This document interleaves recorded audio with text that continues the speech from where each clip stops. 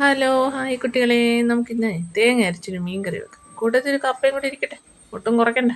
അപ്പം കുറച്ച് തേങ്ങയൊക്കെ എടുക്കുക. അതിലേക്ക് കുറച്ച് മല്ലിപ്പൊടിയും മുളക് പൊടിയും ഒക്കെ നിറയെ പച്ചമുളകും കൂടി ഇട്ടിട്ട് നന്നായിട്ട് അരച്ചെടുക്കണം കേട്ടോ.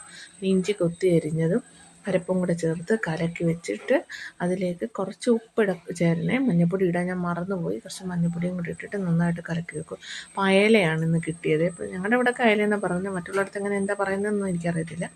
കുറച്ച് പുളിയൊക്കെ ഇട്ട് അത് വെച്ചപ്പോഴത്തേക്ക് നമുക്ക് കപ്പയ്ക്കുള്ള വെള്ളം വെച്ചു. കപ്പയൊക്കെ അപ്പോഴത്തേക്ക് അമ്മ അരിഞ്ഞുകൊണ്ട് വന്നായിരുന്നു കേട്ടോ. പിന്നെ അതിന് വെളുത്തുള്ളി, തേങ്ങായും മഞ്ഞൾപ്പൊടിയും പിന്നെ കാന്താരിയും കുറച്ച് ജീരകവും കൂടി ഇട്ട് അതൊന്ന് ചെറുതായിട്ടൊന്ന് അരച്ചെടുത്തു.